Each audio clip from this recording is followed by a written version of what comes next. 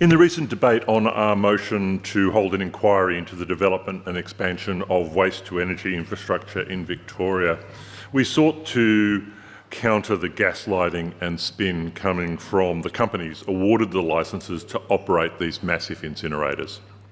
Far from decreasing waste generation and increasing investment in recycling and resource recovery, and being key to Victoria's transition to a more circular economy, these facilities are expensive, carbon intensive and lock us into continual production of waste. They do not support recycling or a circular economy. Incineration destroys material that could be recycled back into production. These facilities are environmental nightmares, releasing toxic chemicals that remain in the environment for hundreds of years and consume unsustainable quantities of water. It is hardly surprising that a huge number of state and federal MPs are up in arms about these facilities, given the community concern over the affected areas is just so great. The process around the approval for these facilities has been particularly opaque. There are so many unanswered questions around the awarding of licences to operate these facilities, the location of these facilities and the quantity of waste to be incinerated by these facilities, questions which need to be addressed by the government. For this reason, we are seeking the release of a copy of each of the applications to Recycling Victoria and a copy of Recycling Victoria's final report or similar outlining their rationale for the awarding of these CAP licences. We hope the documents we seek will shed a light on, for example, why the licences granted equate to 3.5 million tonnes when the government policy is only 2.5 million tonnes.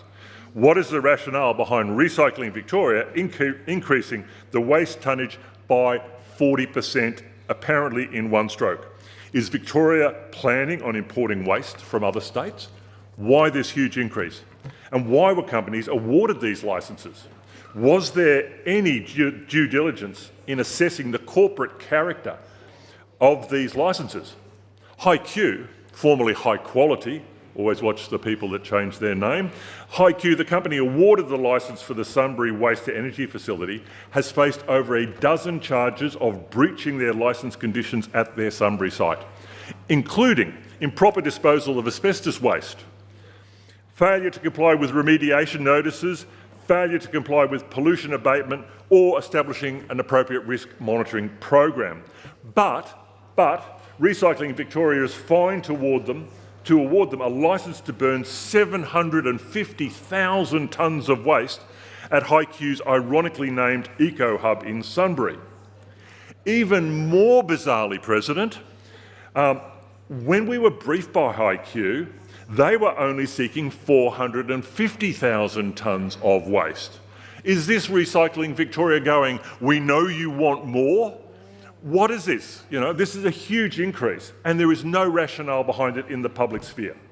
We're also curious about the decision not to award the Prospect Hill facility in Lara an operating licence. Could it have anything to do with federal MPs, including the Deputy Prime Minister, for goodness sake, getting behind the local protests? I'm not criticising, I'm just saying to them, everyone else in this chamber should join the push, because it is a terrible idea. But what was the role of these members? Or did it have anything to do, in fact, with Daniel Andrews lobbying on behalf of the Chinese parent company? Whatever the reason, it would be interesting to know why that particular project at Lara has potentially fallen over, but none of the others, most of which have received more. The move to incinerating our rubbish represents a significant and regressive shift for Victoria. These facilities are being pushed through at an unseemly pace without consideration for the fact that these monstrous incinerators will be across the road, in many cases, from residential areas, homes, schools, businesses, shops. There are very real pollution and health risks associated with these facilities that the government is not addressing.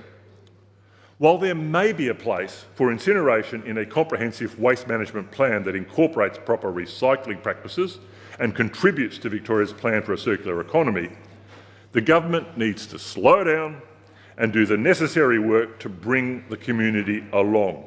And that starts with transparency.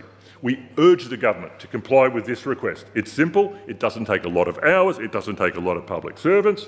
If the process for awarding these licences was thorough and genuine, there should be nothing to hide. Thank you.